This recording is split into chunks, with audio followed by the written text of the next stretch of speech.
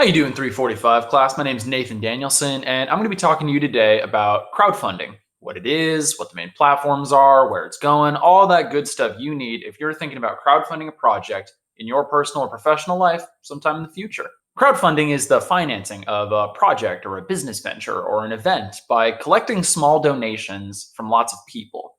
Used to be, you wanted to fund a project, you had to talk to an investment bank or a wealthy patron.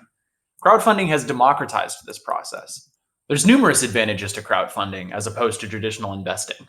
For one, it's a really good way to gauge interest in your project. If lots of people are donating, it means they're excited for this project of yours. They want it to exist. And with crowdfunding, you don't have to give up any equity. A large investor who's infusing, say, tens of thousands of dollars in your project, they want a return on that money. They want a profit. They're going to demand a stake in your new company. But hundreds of normal folks giving you 10 or 20 bucks, that's not buying into your project. That's just donating, really. And what's really cool about crowdfunding is that it also doubles as advertising. You're sparking interest in your campaign by promoting it. You're not just soliciting contributions, but you're also raising awareness of it for when it's a fully realized product.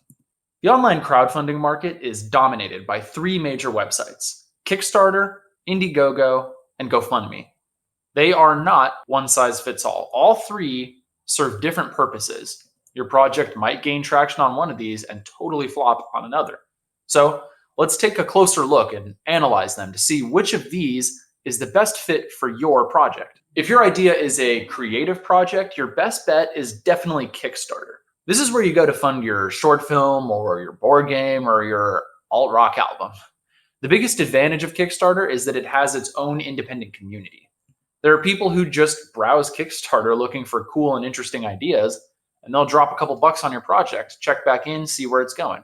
It's a really neat dynamic, and it's not one that you're really going to get on the other sites. Another unique feature of Kickstarter is that funding is all or nothing. If you don't raise your goal, you don't get any of that money. There's obviously some pros and cons to a setup like that. Kickstarter says they do it this way to protect creators from having to fully realize their project without the amount of money necessary to do so.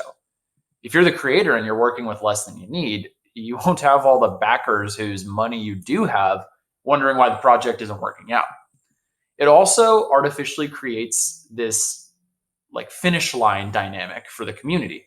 Once you, as an individual contributor, put your money in, you're incentivized to promote the project and convince other people to donate so that it succeeds. Kickstarter collects a 5% fee on the funds you raised, and their payments processor, Stripe, also takes a 3%-ish cut of every individual contribution. But they only take this money if the project succeeds. That's pretty neat because it means Kickstarter really wants your project to work out because it doesn't get paid if you don't get paid. Indiegogo is more of an entrepreneurial site. People put creative projects on Indiegogo, but the main focus seems to be on inventions and technological innovations. If you have an idea for a new workout shoe or a new kind of speaker, tangible objects that people would purchase to perform a specific function, then Indiegogo is probably the move. Out of the big three, Indiegogo is the smallest with the least amount of total donations in its history. So it's a better platform if your idea is kind of niche, it'll attract a certain community that wants to see your project funded rather than attracting people from the mainstream. Indiegogo also lets you choose between all or nothing funding or getting to keep all the money that you've raised. Like Kickstarter, it also takes a 5% total campaign fee, and their payment processor takes 3% plus 30 cents from every individual donation. Now, GoFundMe is quite different from the other two. This platform is for personal causes. This is where people go to get their surgeries paid for, their rent, their grocery bills. It's for memorial funds, charitable endeavors, helping people who are down on their luck. In fact, a third of all GoFundMe campaigns are for medical bills. It is by far the largest of the three platforms in terms of both money raised and number of contributions. Now, GoFundMe doesn't have the communities that Kickstarter and Indiegogo have. Most people actually find GoFundMe campaigns on other social media platforms. Whereas on Kickstarter, someone is actually physically browsing the site on its homepage looking to find a cool project to invest in, more often than not, somebody sees a GoFundMe campaign being promoted on Twitter or Instagram.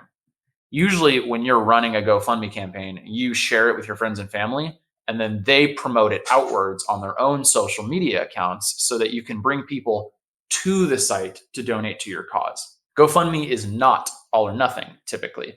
Whatever you raise, you keep. That means the site, instead of taking a fee for your entire haul, takes a 5% cut of each donation. And on top of that, their payment processor will also take 3 to 5% depending on the country that you're running the campaign in. My personal prediction is that GoFundMe will continue to be the most influential of the big three simply because it's the most wide ranging. Kickstarter is for artists, Indiegogo is for inventors, and GoFundMe is for anyone. You see GoFundMe projects like all the time when someone's battling an illness, losing a beloved family member. It's the most charitable of all the sites. And for that reason, I think it's the most likely to lead the future, unless America can fix its healthcare and economic system anytime, which don't count on that. The future trend of a concept that is as decentralized as crowdfunding is, it's kind of hard to predict. Personally, I think it's safe to say there's going to be a lot of growth in this field, more money, more contributions. I cannot necessarily predict that there will be more successful campaigns, just because, like I said, it's a very unpredictable field. So I can't tell you that. There's also a growing movement to professionalize crowdfunding. Remember how we talked earlier about how crowdfunding took away the influence of big time investors and private equity firms? Well, they're in on it now too. Sites like AngelList and CircleUp specifically look for individual investments in exchange for equity in new companies, aka more of a long-term investment as opposed to the one-time payments that we were talking about for the rest of this presentation that sites like Kickstarter and Indiegogo handle. So really, it's actually just kind of like investing in the stock market, but with smaller startups that haven't gone public yet. We'll see how that particular idea goes, whether or not Wall Street can ruin crowdfunding as well. Thanks for tuning in, class. Hope you learned something today. Study hard and stay healthy.